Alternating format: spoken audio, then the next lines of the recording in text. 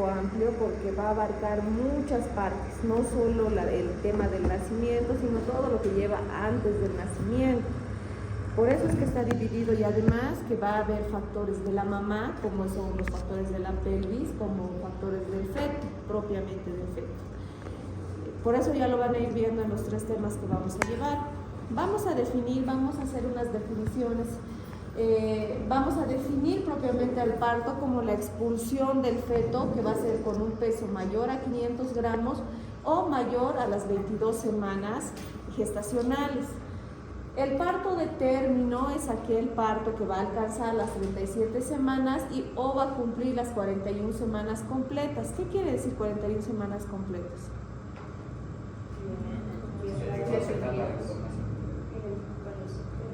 No, o sea, solo enfóquense en las 41 semanas completas. ¿Qué quiere decir?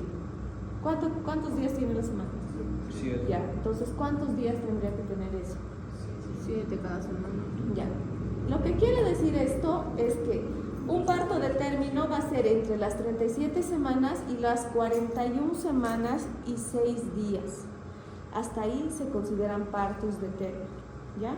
Los 6 días, por eso son semanas completas.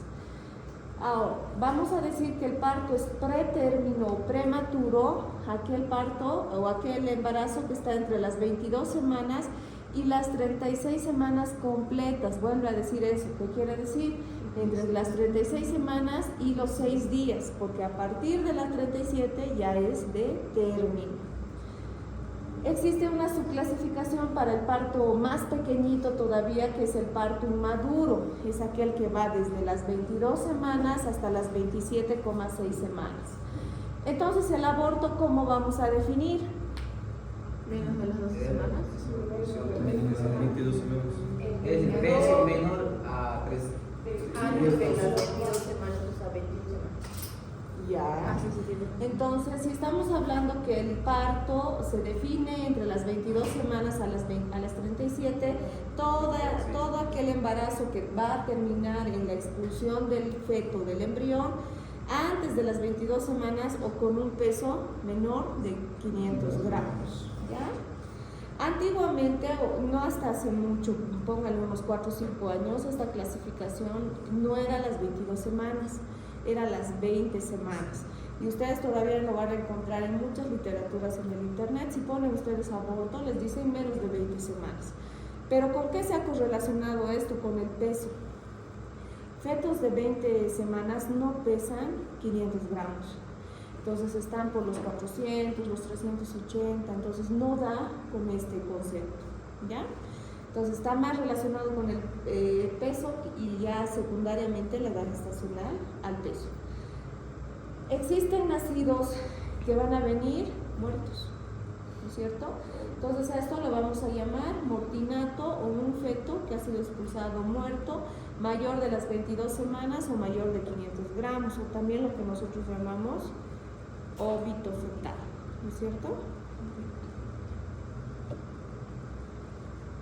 Entonces no es lo mismo un óbito fetal, y ustedes van a ver eso en las ecografías, que un aborto retenido. Porque en el aborto retenido, ¿cómo definirían un aborto retenido?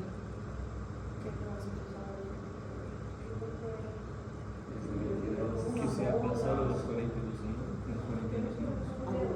No, aborto no. Ay, la realidad. ¿Cuál fue su pregunta, Doc? Perdón. Me bloqueé.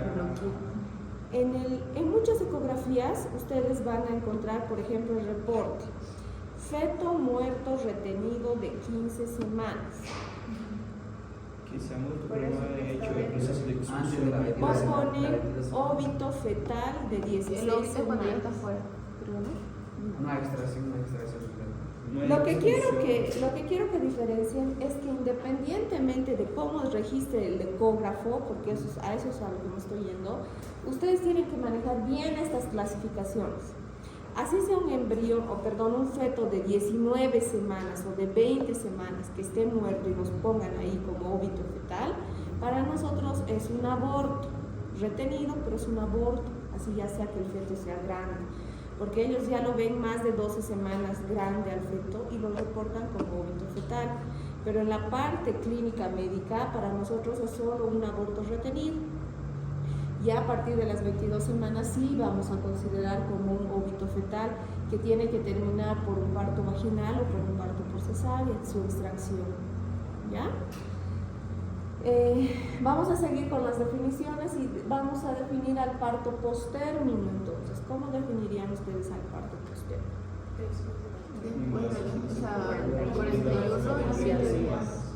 42 semanas. Después de las 40 semanas, digo 42 semanas, perdón, porque hemos dicho que 41 y 6 días era todavía de término. Obviamente estas clasificaciones no la tienen que llevar a ese extremo. Ya se ha analizado mucho, se ha visto mucho que los fetos que van a quedarse en el útero más de 39 semanas son fetos que no tienen las mismas condiciones que uno que ha nacido a las 39 semanas. ¿Por qué? Porque la cantidad de oxígeno con la que se están sustentando es menor, porque la placenta se calcifica. Entonces la cantidad de oxígeno que le llega no es la misma.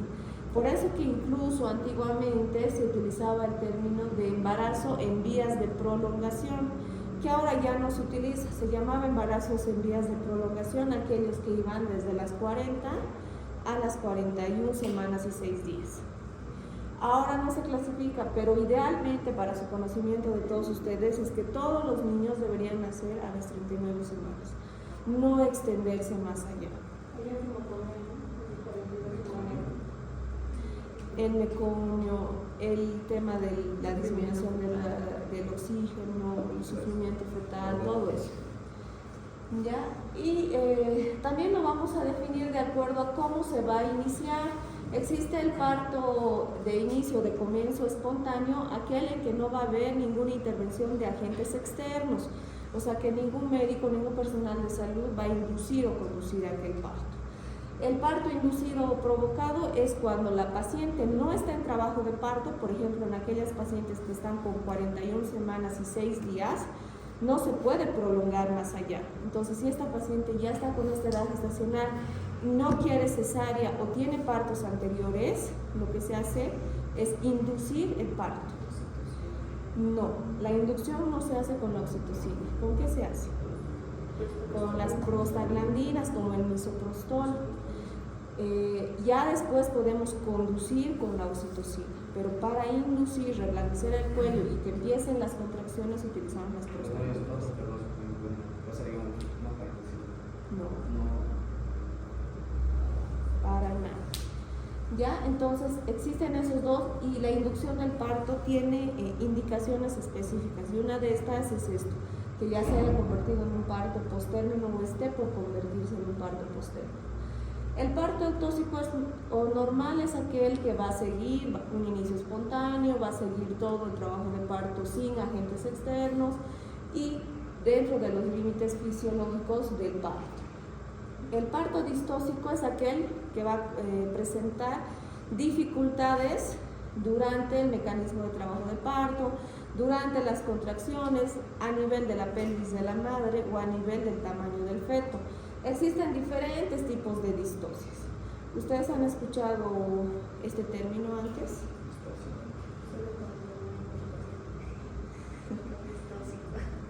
Ya, ese es un término que lo han relacionado con esto, pero literalmente, ¿qué significa distocia? Parto difícil, eso significa distocia. ¿Ya? Entonces, existen muchos tipos de distocia. Han debido escuchar en los hospitales los términos de DCP materna, DCP fetal, esos son distocias. Distocia funicular, por ejemplo, no sé si lo han escuchado también, es alteraciones a nivel del cordón umbilical. Entonces puede haber un circular de cordón, un cordón corto, un nudo a nivel del cordón, entonces son distocias funiculares. Distocias a nivel de la contracción del útero, o sea, es un útero que no tiene una contracción regular. Entonces, en ese tipo de distocia sí se puede intervenir, le vamos a conducir con oxitocina y vamos a regular las contracciones, ¿no es cierto? Entonces existen muchos tipos de distocia. El último, que es el parto médico dirigido corregido, es aquel en que la mamá va a iniciar el trabajo de parto de forma espontánea, pero durante la evolución va a necesitar el manejo, la conducción y la guía de un personal de salud con la administración de oxitóxicos, analgésicos o anestésicos, ¿ya? ¿Qué es lo que generalmente se pretende? Es manejar ahora en los hospitales como un parto médico o un parto dirigido, ¿no? Existen diferentes teorías que nos van a tratar de explicar cómo se desencadena el trabajo de parto. Dentro de ellas existen 5 principales y dentro de las 5 principales son 3 las que principalmente se manejan en la parte médica. Esta primera tal vez es la más conocida, nos indica que las fibras musculares uterinas van a crecer o se van a distender únicamente hasta las 36 semanas de gestación. Sin embargo, el feto va a continuar creciendo más allá de las 36 semanas. Imagínense, las fibras uterinas ya no se están distendiendo, pero el feto sigue creciendo. Entonces, lo que va a provocar eso es una distensión y con esto va a provocar que se libere en primera instancia oxitocina y se va a conocer como esto al reflejo de Ferguson de tipo 1. Van a continuar aumentando, eso va a iniciar las contracciones uterinas, va a continuar aumentando las contracciones, lo que va a producir mayor liberación de oxitocina y a esto ya lo vamos a denominar reflejo de Ferguson de tipo 2, cuando ya ha habido dilatación y borramiento a nivel del cuello uterino. Y existe un tercer reflejo de Ferguson que se produce en el momento del nacimiento o cuando el bebé ya está cerca del seno de la madre, que igual va a condicionar mayor liberación de oxitocina, lo que va a ayudar a la eyección de la leche. Entonces a eso se conoce como reflejo de Ferguson de tipo 3, ¿ya?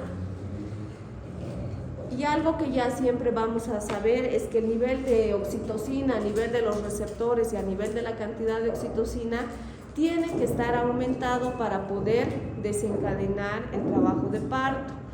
Y ahí mismo nos está relacionando con otras dos, que son las prostaglandinas y la progesterona, que igual van a tener sus propias teorías.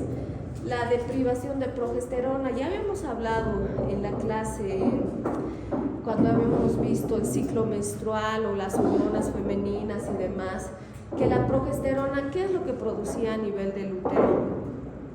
Lo preparaba para la Contracción.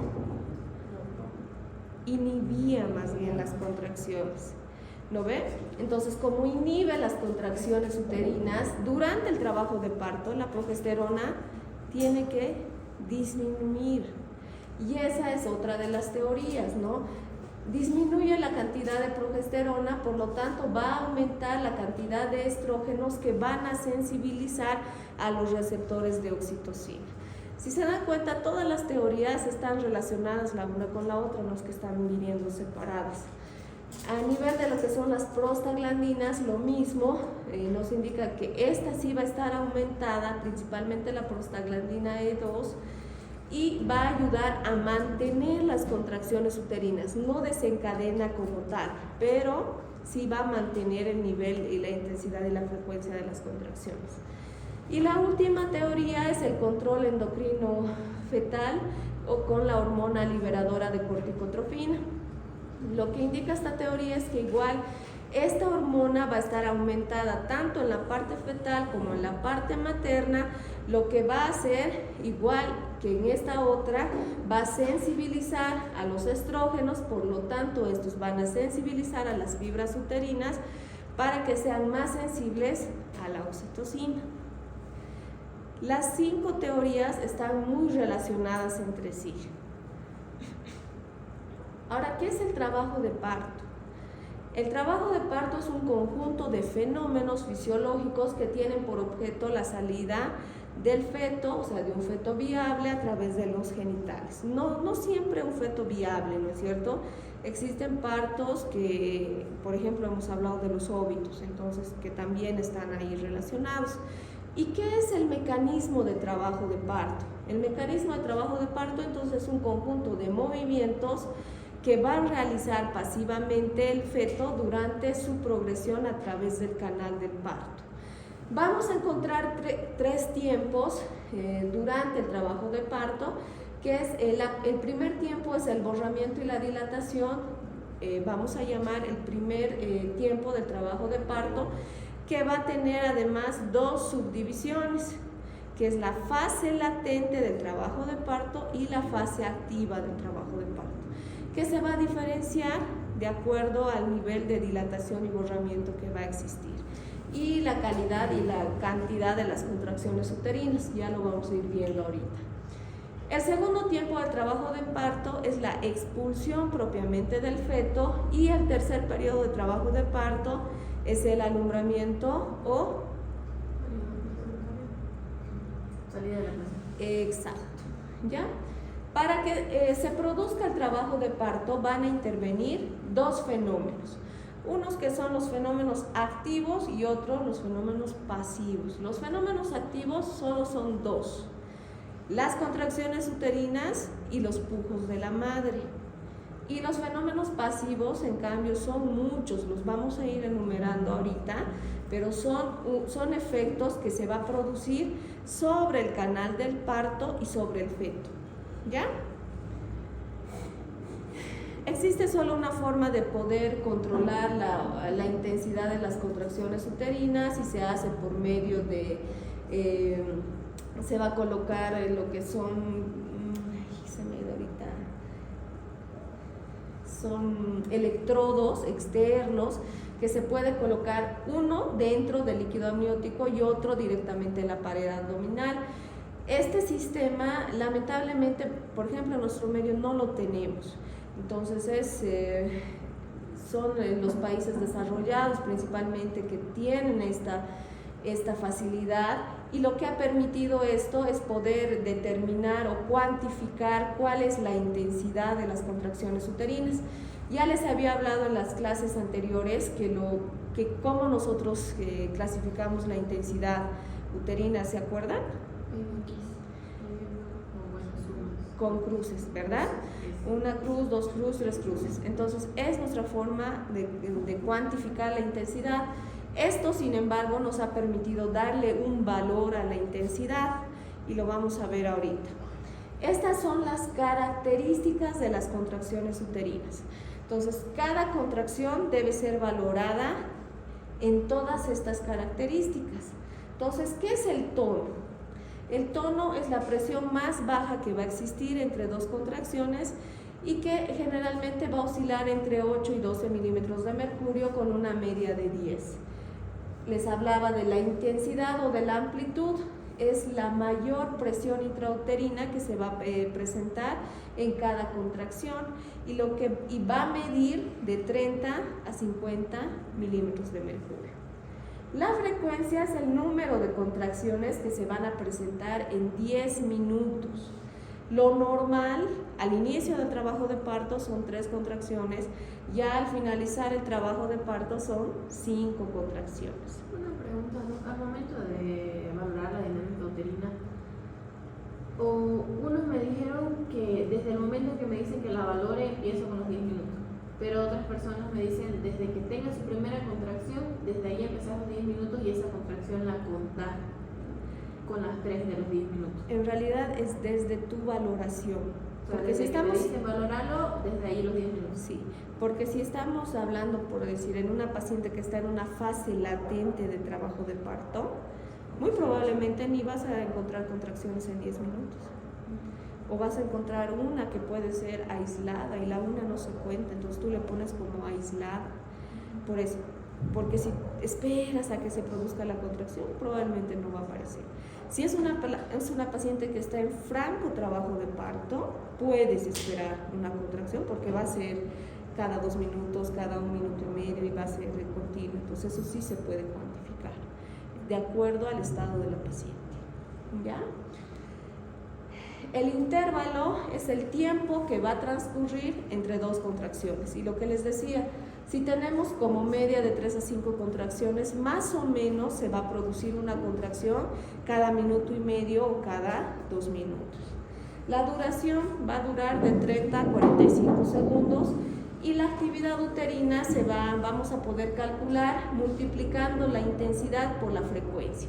Si hemos dicho que la intensidad es de 30 a 50 mililitros de mercurio y la frecuencia es de 3 a 5, tomando los valores más bajos como media, vamos a decir que la actividad uterina es de 120 unidades Montevideo. Existen diferentes contracciones, unas que se van a producir durante el embarazo propiamente dicho, otras en la fase preparto y otras durante el trabajo de parto. Entonces tenemos que saber diferenciarlas. En el embarazo existen contracciones que se van a considerar fisiológicas o normales. Muchas veces la paciente va a acudir a la consulta y va a decir: mi barriga se ha puesto dura. Entonces, y para ellas obviamente es una señal de alarma, ¿no es cierto? Porque parte también del personal de salud muchas veces les va a indicar: si la barriguita se te pone duro, si empiezan los dolores, etcétera, acudes, ¿no es cierto? Pero hay contracciones que se consideran normales y dentro de estas están estas dos, las de tipo A o Álvarez y las de tipo B o de Braxton-Hicks. Tienen cada una sus características. Las de tipo A son menos perceptibles que las de tipo B. Entonces las de tipo A va a tener poca intensidad, de 2 a 4 milímetros de mercurio. Su intensidad mayor, de las de Braxton-Hicks o de tipo B va a ser la intensidad mayor de 10 a 15 milímetros de mercurio. Van a estar localizadas en pequeñas áreas del útero, las de tipo A. Las de tipo B sí van a abarcar áreas más grandes. Las de tipo A no son percibidas por la grávida ni por la palpación abdominal. Las de tipo B sí van a ser percibidas y estas son las que las mamás van a reportarnos en la consulta, pero nos van a decir: sí se pone duro, pero no me duele. Entonces esas son las de tipo B. Estas de tipo A se presentan 1 en 1 minuto. En cambio las de tipo B, su frecuencia es más baja al inicio del embarazo, y a medida que el embarazo vaya creciendo van a tener se van a presentar en mayor frecuencia, con una media de 8 veces por hora. Las contracciones en el preparto son principalmente las contracciones de tipo B, que van a aumentar en intensidad y en frecuencia. Y las de tipo A en este momento del preparto van a desaparecer por completo. Lo que van a ir haciendo estas contracciones es ir preparando al cuello uterino. Entonces vamos a ver que existen diferentes grados de madurez cervical. El grado 1 va a ser cuando el cuello va a estar completamente inmaduro en situación, o sea, va a estar muy posterior cuando hagamos el tacto vaginal. Tiene una consistencia firme, no hay borramiento porque estamos viendo que la longitud del cérvix sigue siendo de 3 a 4 centímetros, que es su longitud habitual o normal. Y obviamente no va a haber dilatación del orificio cervical interno. Hemos dicho que las mujeres que ya han tenido partos previos sí pueden tener el orificio cervical dilatado o permeable, pero no así el orificio cervical interno. ¿Ya? El grado 2 va a ser una media de estos 2 grados de madurez, y el grado 3 entonces ya vemos un cuello maduro que ya no va a estar posterior, ya va a estar centralizado, va a tener una consistencia reblandecida, la longitud cervical ya se va a cortar, por lo tanto ya existe borramiento, va a estar de 1 o menos de 1 centímetro. Y vamos a poder utilizar esto, que es el puntaje de Bishop. No sé si ustedes ya lo han escuchado en los hospitales. Para poder iniciar las contracciones uterinas, para poder iniciar la conducción uterina, nosotros hacemos esta escala. Valoramos a cada paciente en esta escala. Si la paciente nos da un puntaje de Bishop mayor a 9, esta paciente va a tener muchas probabilidades de que si le iniciamos la conducción, esto termine en parto vaginal exitoso. Pero si su puntuación es inferior a 9, quiere decir que muy probablemente esta paciente va a fracasar en la conducción y ya hasta probablemente va a necesitar una cesárea, ¿ya? Entonces, para eso se hace esto. Este cuadrito que está aquí arriba lo he acomodado un poquito mejor acá. Entonces, es lo mismo, es exactamente lo mismo. Se ha descrito este mnemotécnico que es PRELODI para poder nombrar a las variables que va a definir la escala de Bishop. La P, que va a significar la posición del cuello uterino. Si tenemos una posición posterior, su calificación es de 0. Si ya está centralizado, de 1, y si está anterior, 2. Re, que es el reblandecimiento del cuello uterino. Si es un cuello duro, 0. Si está semiblando, reblandecido, 1. Si ya está blando, 2.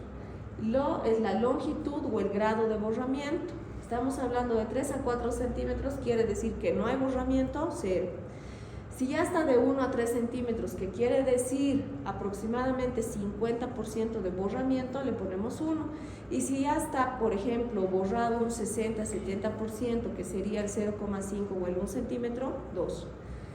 Y por último, el grado de dilatación. Si está cerrado, 0. Si ya está dilatado 1 centímetro, 1. Y si está dilatado hasta 3 centímetros, 2. Entonces, de aquí vamos a sacar nuestra suma que hemos visto en la diapositiva anterior y vamos a dar el puntaje. Y con esto se inician las conducciones en las historias clínicas para el parto. Y sí o sí tiene que estar registrado eso en la historia para poder conducir. ¿Cuáles son las contracciones del parto? Entonces, estas sí son las contracciones verdaderas que van a desencadenar el trabajo de parto. ¿Cuándo vamos a decir que se ha iniciado el trabajo de parto? Aquí los libros de William y de Schwartz nos dice cuando la dilatación del orificio cervical es mayor a 2 centímetros. Sin embargo, en la práctica, nosotros decimos que el parto iniciado cuando ha alcanzado una dilatación de 4 centímetros, ¿ya? Pero eso nos da la literatura. Entonces, la frecuencia, por ejemplo, de las contracciones, al inicio va a ser de 3 en 10 minutos con una intensidad de 28 milímetros de mercurio, un tono de 8 milímetros de mercurio, una actividad uterina en unidades Montevideo de 85 y la duración de 15 a 20 segundos. Al final del trabajo de parto, o sea, al final cuando ya está terminando, completando la dilatación, va a ser de 4.2 contracciones en 10 minutos, una intensidad de 41 milímetros de mercurio, el tono de 10 milímetros de mercurio, la actividad Montevideo de 187 y la duración de 25 a 50 segundos. Cuando ya estamos en el segundo tiempo del trabajo de parto o en el periodo expulsivo, obviamente todo esto va a aumentar. Una frecuencia de 5 contracciones en 10 minutos, una intensidad de 47 milímetros de mercurio, el tono de 12 milímetros de mercurio y la actividad uterina de 235 unidades Montevideo, y la duración incluso puede superar lo que les he dado de rango, que va de 30 a 70 segundos, o sea, es mucho más amplio. ¿De qué va a depender las contracciones uterinas? De la posición de la mamá. Si la paciente está en decúbito dorsal, sí va a tener una mayor frecuencia de contracciones, pero la intensidad va a ser menor. Entonces, esto es un dato muy importante, porque la mayoría de nuestras pacientes que son internadas están en decúbito dorsal, ¿no es cierto? Entonces, no nos ayuda esta posición. Sin embargo, la posición vertical, y por eso es que a partir de que la mujer ha llegado a 4 centímetros de dilatación, se le debe decir, ahora sí puedes caminar, camina aquí en tu salita. ¿Por qué? Porque la posición vertical va a ayudarnos a aumentar la intensidad de las contracciones uterinas, obviamente va a dilatar mucho más rápido y va a disminuir el tiempo del trabajo de parto, ¿ya? Y durante el periodo expulsivo, ¿qué quiere decir esto? Que el cuello ya va a estar totalmente dilatado, las contracciones van a completar toda su intensidad máxima y se va a producir el parto, que también va a recibir ayuda del pujo de la mamá.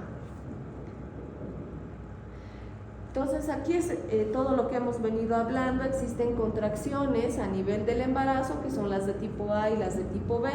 Estas contracciones de tipo B son las que se van a intensificar antes de que se produzca el parto, y finalmente durante el parto van a existir ya las contracciones verdaderas, que al comienzo van a tener menos frecuencia, van a ir aumentando en frecuencia y intensidad. Ya en el periodo expulsivo son más frecuentes y más intensas. ¿Qué son los pujos? ¿Qué son los pujos, chicos? La fuerza que ejerce nuestro cuerpo para poder impulsar cualquier cosa, porque inclusive dicen pujar como si estuvieras en la mano.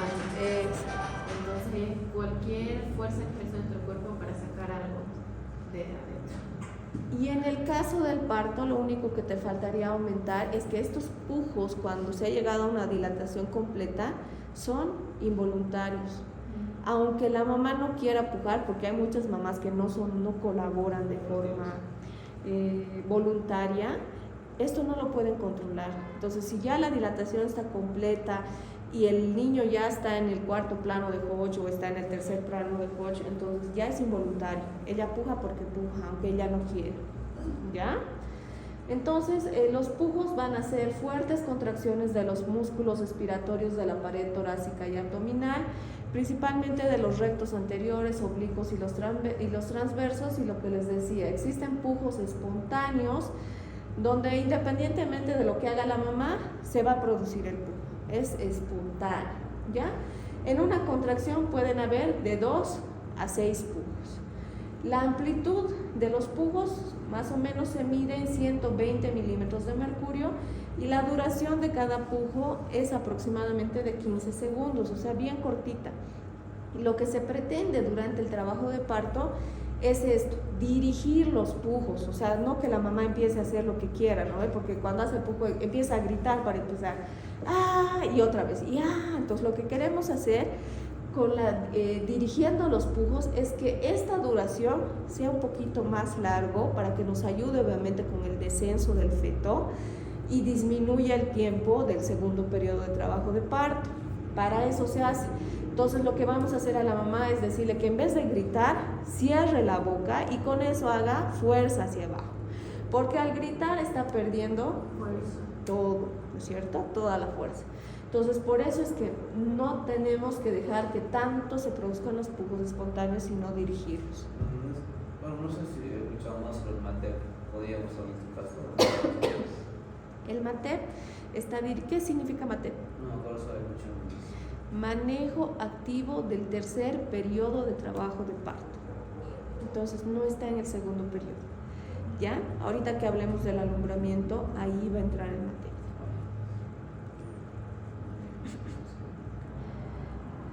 ¿Cómo son las contracciones? ¿Cómo deben producirse las contracciones en el útero? Las contracciones tienen un origen y pueden ser en una de las dos zonas. Se llaman marcapasos uterinos, que se van a producir en los cuernos del útero, ¿ya? Entonces pueden ser derechos o izquierdos, y generalmente, o en la mayoría de las mujeres, tienen el origen en el lado derecho. Por eso es que cuando las mujeres ya están en el momento del expulsivo, lo que se hace es estimular aquí en el fondo uterino, en el lado derecho. No sé si han visto ya ustedes la tensión de parto. Entonces, si la mujer está echada aquí en mi delante, con mi mano derecha lo que hago es estimular la contracción al lado derecho, porque sé que a ese lado está su marcapaso, su cuerno derecho. Entonces voy a desencadenar la contracción, ¿ya? Y la propagación de las contracciones uterinas va a ser normal, tiene una velocidad de 2 centímetros por segundo, lo va a invadir todo el útero en aproximadamente 15 segundos y es descendente, porque su origen es superior, es en la parte más alta. Entonces, ¿cómo es? La intensidad y la duración va a ser mayor en la parte más alta, porque se va a originar ahí arriba. y en la parte inferior va a durar un poco menos y la intensidad también va a ser menos. Esto tiene una causa y una razón de ser. Como en la parte superior el útero va a estar contrayéndose fuerte toda la fibra muscular, es imposible que esta parte superior adelgace si ustedes se ponen a pensar, porque eso está contraído, entonces en vez de adelgazar, estamos incluso creando más fuerza en la parte superior del músculo uterino. Sin embargo, como en la parte inferior es menos la intensidad y menos la duración, ¿qué empieza a pasar con esas fibras uterinas? Se empiezan a distender y a adelgazar. Entonces es algo, por eso estas imágenes aquí, si ustedes ven, lo vamos a hablar ahorita. Esto se llama segmento inferior.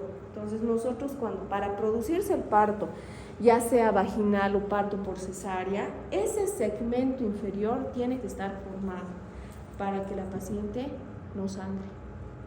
Porque imagínense si cortamos, por ejemplo, en una cesárea, el fondo uterino,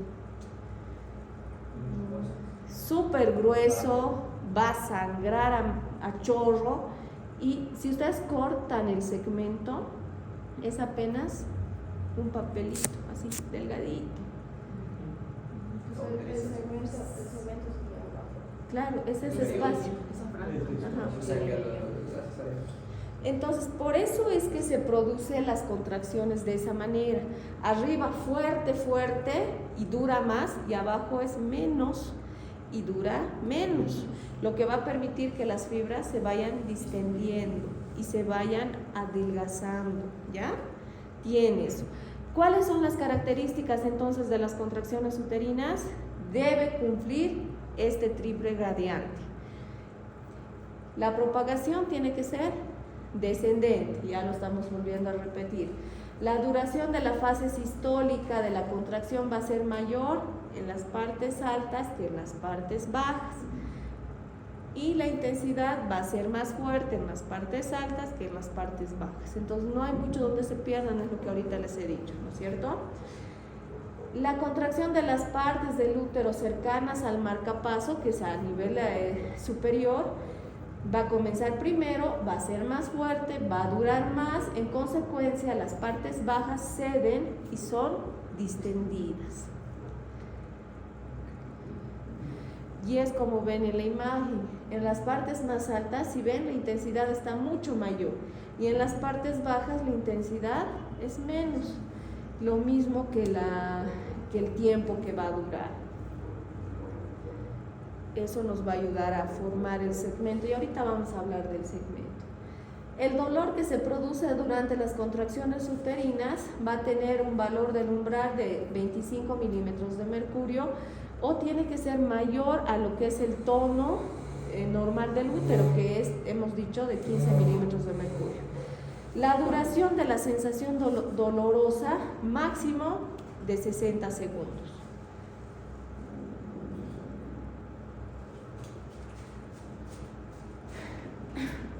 Entonces, ¿cuáles son las funciones de las contracciones uterinas y de los pujos?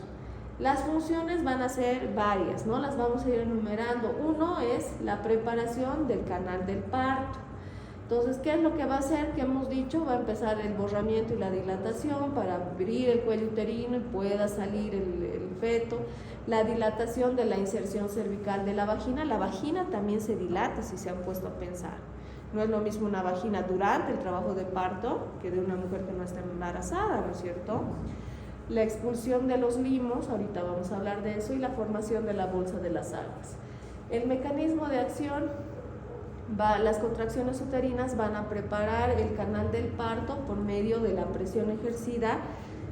Esto que ven aquí abajo, en la próxima diapositiva les voy a mostrar más claro, es la preparación de la bolsa de las aguas, que es nada más que se va a volver a reacomodar la bolsa amniótica, la membrana amniótica y el líquido amniótico, para ayudarnos a hacer presión al canal del parto. Entonces ahí se vuelve a acomodar, ¿ya? Y la tracción longitudinal ejercida por el cuerpo uterino para que se forme el segmento inferior y el cuello.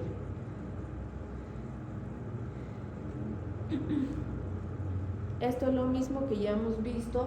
Lo que va a hacer las contracciones uterinas es invadir todo el útero y alcanzar el acme de las contracciones simultáneamente en todo el útero, poseer el triple gradiente descendente. La intensidad de las contracciones uterinas deben alcanzar valores entre 25 y 45 milímetros de mercurio.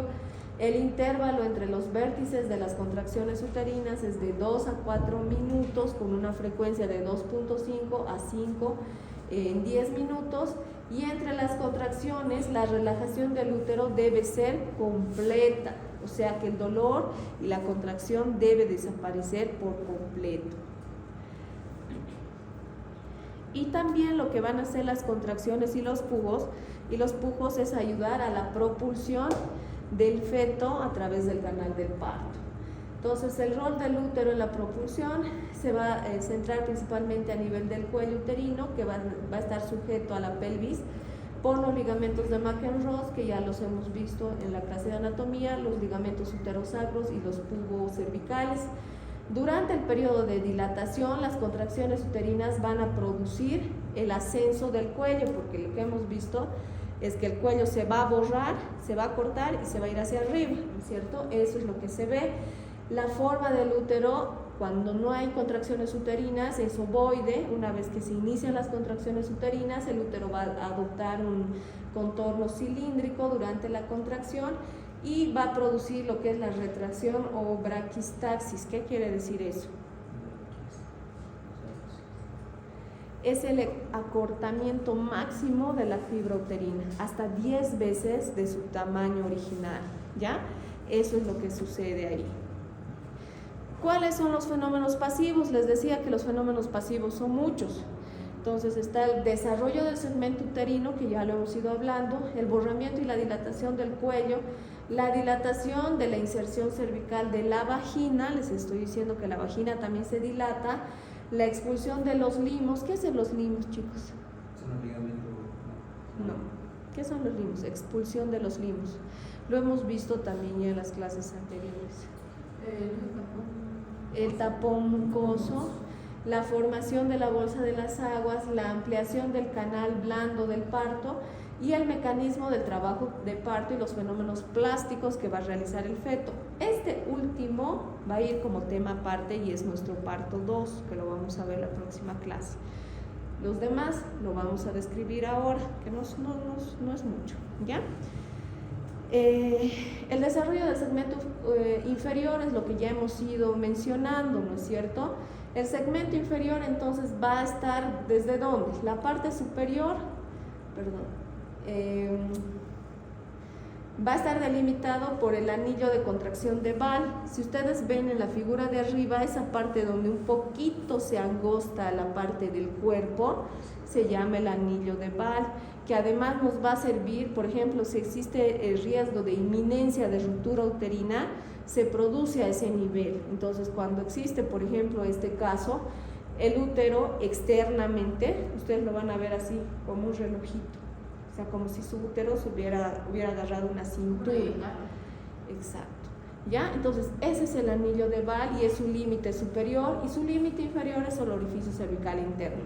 Todo eso es el segmento inferior, va a ser una zona intermedia entre el cuerpo y el cuello, se va a adelgazar y distender durante toda la gestación. Va a empezar a formarse no solo con las contracciones uterinas, ya empieza a formarse a la semana 12, va a completar su formación durante el trabajo de parto, y al iniciar el trabajo de parto se va a dividir en 3 partes. Una parte superior, que es el cuerpo, el que es lo que va a tratar de expulsar, va a tener más fuerza que el resto y es lo que trata de expulsar al feto durante las contracciones.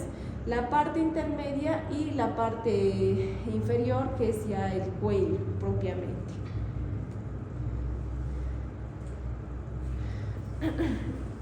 Otra parte que forma parte de lo que es los fenómenos pasivos es el borramiento y la dilatación del cuello.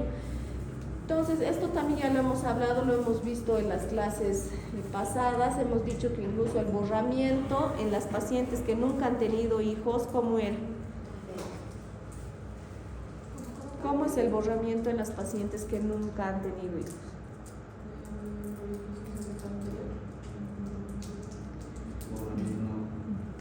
va a borrar, les he dicho, ¿no es cierto? Si no hay hijos, primero borra, después dilata. Y si son ya mujeres que han tenido hijos, dilata y borra al mismo tiempo, ¿ya? ¿Cuáles son los factores que van a influir en la velocidad de dilatación? El número de hijos, no es lo mismo en una primigesta que en una que ya ha tenido hijos. La posición, cómo está la mamá, ya les he dicho, si está echada vamos a tardar más, si ella está parada vamos a dilatar más rápido. La integridad de las membranas, si bien que rompamos las membranas nos ayuda a dilatar, depende de qué grado de dilatación tengamos. Por decir, si una paciente está con 3 de dilatación y rompemos bolsa, hemos arruinado ese trabajo de parto, ¿no es cierto? Entonces, si una paciente está con 8 de dilatación y rompemos bolsa, le hemos ayudado en el trabajo de parto. Entonces hay que saber eso, la integridad de las membranas, la variedad de posición, el grado de flexión de la cabeza fetal, como está obviamente las condiciones del feto, y si vamos a utilizar anestesias o si estamos conduciendo a la paciente, ¿ya? El grado de dilatación se va a medir por los dedos del examinador o del ginecólogo. Entonces un dedo equivale a 1.5 centímetros. En realidad no lo reportamos así en la historia, ¿no es cierto? Si ingresa un dedo, ¿qué decimos? Permeable a dedo, eso es lo que decimos, no decimos dilatación de 1 centímetro o de 1.5, decimos nada más permeable a dedo. Si ya tenemos 2 dedos que han ingresado, 3 centímetros. 3 centímetros. ¿Dónde tienen que ingresar los dedos? Al orificio, ¿En el sí. canal o al orificio? Al El orificio. que vemos en el espejo, ¿verdad? Hasta ahí arriba. Ajá. Ah, Entonces, yo decía el canal, no, la vagina siempre va a ser amplia. Sí, pues. por eso. Entonces, ya, miren, por decir, aquí está la vagina en todo esto y vamos a llegar a tocar esto. Entonces, nosotros metemos y va a entrar esto, Ese es el cervix, lo que vemos al fondo el cervix. Al inicio va a estar así grueso y ustedes lo van a tocar así grueso, entonces ustedes meten el dedito y van a medir todo esto ahí. Entonces para ustedes esto es un borramiento de nada, ¿no es cierto? Está permeable a dedo, pero no hay borramiento. Si lo acortamos como a 1 centímetro y van a sentirlo así, van a tocar todo este espesor, porque aquí a continuación tiene que estar el feto. Entonces lo que van a tocar ahí es la cabecita más las bolsas, ¿ya? Entonces ahí van a decir, está permeable, pero sí está borrado 50%, ¿ya? Entonces si yo ya he ingresado y he podido ingresar los 2 dedos, 3. Y si esto se va cortando más, entonces ya ustedes dirán 60-70% de borramiento. Ya si he podido hacer esto, 8, ¿no es cierto? 8. Ahora si ya hemos llegado de pared a pared, 10, ya no hay más.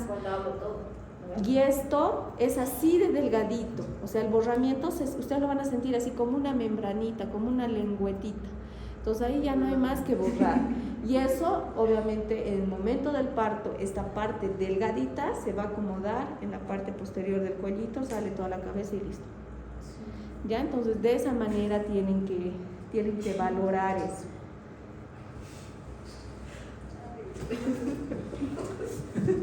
¿Qué estás haciendo? Estás haciendo tu dilatación, creo, aquí, ¿no? Ya. Entonces, algo que les he dicho que igual se va a dilatar es la vagina. Entonces vemos que la vagina, por ejemplo, que normalmente va a medir el orificio o el canal vaginal de 3 a 4 centímetros, va a alcanzar una dilatación de 10 centímetros, ¿ya? Como un casquete, o sea, la amplitud es bastante grande. Y si le hacen el epicio, aún más, ¿no es cierto? ¿Puedo hablar sobre el epicio? Sí, en la otra clase. Aquí quiero. Sí, No, lo que pasa, doctora, es que el año pasado teníamos un doctor de patología que nos decía, no, y varios, no solamente él, que nos decía que la episiotomía estaba contraindicada porque es totalmente prevenible. O sea, si sabemos que la cadera de la mano se va a poder expandir bien, la cabeza del bebé es muy grande, el bebé es muy grande o por cualquier complicación el bebé no va a poder nacer por parto, se puede programar cesárea. No tendríamos que hacer el corte porque es como... Es agresivo hacer el corte. Entonces él decía que era totalmente prevenible y que ya estaban saliendo estudios de que iba a comenzar a ser ilegal, o sea, no podía hacer. Bueno, ya era ilegal. Pero los freebies, ¿no? Que no puede Ya, va a depender mucho el tema del epicio, sí es controversial. ¿Para qué? ¿De qué depende? Lo que dice la literatura es que no se debería cortar y que si se produce es mejor tener un desgarro que hacer un epicio. Eso nos dicen los libros. Pero ¿cómo va a venir el desgarro? Hacia abajo. El desgarro, chicos, no tiene dirección, es donde ha hecho mayor presión la cabeza del feto. Entonces puede ser arriba, puede incluso comprometer la uretra, puede ser abajo, comprometer el ano, o a los lados, o en flor, todito los genitales. Entonces, se valora estas circunstancias. Ahora, el hecho de que nos diga, por ejemplo, el doctor, que si el feto no va a salir, se puede valorar, por ejemplo, hay condiciones para hablar de cesárea o de fetos macrosómicos. Eso no quiere decir que la vagina no pueda recibir o no podamos mandar a un trabajo de parto. El tema es la elasticidad de la piel en esto, juega mucho. Y no es que la práctica, una cosa es hablar y otra cosa es la práctica. Entonces, por ejemplo, las literaturas brasileñas, ¿qué dice? Que se desgarre, reparas el desgarro. ¿Qué dicen aquí? Prefiero cortar que se me desgarre. Donde yo quiero. Exacto. Entonces, son cosas que sí se discuten bastante. Siempre Bolivia está metida en la defensa. Obviamente es traumático. Lo mismo que la utilización de la sonda Foley, por ejemplo. Ya no, antes a toda paciente embarazada durante el segundo periodo de trabajo de parto, antes de pasar la sala de partos, se le ponía la sonda Foley. Ya. Pero se le ponía ¿por qué? Por la insucción que hoy. Porque si la vejiga está llena, nos dificulta el descenso del feto. Entonces, y la mamá, cuando ya está en periodo expulsivo, no orina, pues. O sea, orina así de ratitos, de chorritos, pero no orina y no vacía la vejiga. Entonces, nosotros o todos los otros le ponían, ¿por qué? Porque sí, porque así va a salir más rápido. Y es verdad, sale más rápido. Pero ¿por qué no se les pone ahora? Porque es inhumano para la mamá, ¿no? Entonces, mucho viene la parte psicológica y todo, pero eso no quiere decir que los manejos, por ejemplo, si es un parto que realmente se está complicando y veo que esa vejiga está llena, le voy a tener que poner, pues, ¿no ve? Entonces, cada caso es diferente, entonces hay que analizar las situaciones diferentemente en cada paciente. Yo creo que, bueno, lo que estaba hablando con el doctor de ginecología, el doctor Coca, estaba hablando sobre eso, mismo tema, sobre literatura. Entonces, yo creo que, como dijo él mismo, cada criterio de cada doctor, porque si nunca sabes qué puede pasar. Exacto. Es que cada parto, realmente el tema del parto es muy, muy complicado. Puede ser un parto así muy bonito, pero en el último momento se te va a complicar. Y no solo se va a complicar la mamá, ahí tienes que valorar el feto, y es el principal ahorita actor ahí. Y luego obviamente la madre, y estamos hablando de dos, ¿no ven? No es como un paciente de cirugía. Tú te estás metiendo a operar, digamos, a una persona de un apéndice, pero en el parto estás hablando de un binomio, ¿no ven? Madre-niño. Es complicado. En ese caso, ¿qué es lo que nosotros primero haríamos? ¿Salvar a la madre o salvar al feto? A la mamá. Porque a mí me dijeron que salvar a la madre. Porque tendría que estar pediatra. ¿Pero en qué condición dices? ¿En el momento del parto? Momento de parto. ¿O que ya ha nacido? Es que hay No, hay diferentes... momentos así, momento de parto, la madre de Obviamente tienes que tratar de salvar a ambos, ¿no es cierto? Pero si vas a decidir entre uno y el otro, tiene que ser la vida de la mamá. Sí, siempre va así. Sí, Mentira, sí. se puede volver a reproducir, digamos, es una capacidad. Ya, entonces la formación de esto del tapón mucoso es desde un inicio, también ya lo hemos visto, y se denomina la expulsión de los limos cuando va a eliminar este tapón mucoso. En las nulíparas o en las que no han tenido hijos es el inicio, o sea, es la seña, como ellas dicen, no he botado ya la seña, vienen a la consulta. Entonces eso es el tapón mucoso. ¿Qué es? Es una sustancia mucosa, espesa, de aspecto herrumbroso y que generalmente no es que a veces, siempre viene acompañado de sangre o de estrías de sangre. Ver el número de las diapositivas, ¿no? ¿Estás viendo? 3. En realidad 2, porque la última no puede. Ya, la formación de la bolsa de las aguas, para resumir, ¿esto qué es? Nada más que el líquido amniótico que ya está en la cavidad amniótica, que se va a dirigir hacia la parte inferior. Lo que nos va a ayudar obviamente es hacer más presión al canal del parto y a abrirnos más camino. Esta plana no debería presentarse, generalmente se presenta en aquellos fetos pequeñitos donde no va a permitir la formación de esta bolsa de las aguas. La que normalmente se presenta durante el trabajo de parto es esta forma convexa. Estas otras dos, cilíndrica o el reloj de arena, se presentan en fetos macrosómicos o que tengan alguna dificultad para salir a través del canal del parto. Entonces, en los fetos macrosómicos, como la cabecita se va a trancar, lo único que va a ir saliendo es líquido. Entonces, ustedes cuando hagan tacto van a sentir una bolsa que está llegando incluso hasta la cavidad vaginal. Entonces, eso ustedes tienen que decir, por algo no está bajando este bebé. O es grande, o tiene un circular ahí arriba que lo está agarrando, o tiene un cordón umbilical cortito. Entonces, algo tiene que estar pasando para que tenga estas características. Y también les ayuda a tomar, obviamente, su conducta. Si es un feto grande, lo vas a operar. Si es un feto con circular de cordón y no está pudiendo descender, también lo operas. Entonces, es un cordón, o sea, te va a dirigir a eso, ¿no es cierto? Entonces, ya les he dicho, sus funciones: actúa como dilatadora, va a proteger además al feto durante todo este descenso. Y al final de la dilatación, el 75% de estas bolsitas van a romperse y el restante durante el periodo expulsivo. Entonces vamos a tener diferentes formas en cómo se va a romper las bolsas. Una ruptura prematura es que se va a producir antes del trabajo de parto. Una ruptura precoz es que ya va a haber dilatación, pero todavía no se ha completado esta dilatación. Una ruptura tempestiva u oportuna es cuando ya está dilatado completamente. Una ruptura tardía es cuando ya estamos en el expulsivo y sin embargo no se han roto las bolsas. Una ruptura alta es aquella que se va a producir sobre el orificio cervical y en este caso la pérdida de líquido es escasa. Generalmente cuando las bolsas se rompen es como si la mujer se hubiera orinado, ¿no es cierto? Manchan todito, pero cuando hay ruptura alta va mojando de a poquito su ropa interior, ¿ya? Esa es la diferencia.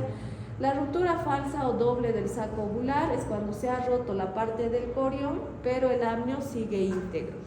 Y la ruptura artificial es cuando nosotros vamos a producir esta ruptura. ¿Qué se llama? ¿Qué a esto, chicos?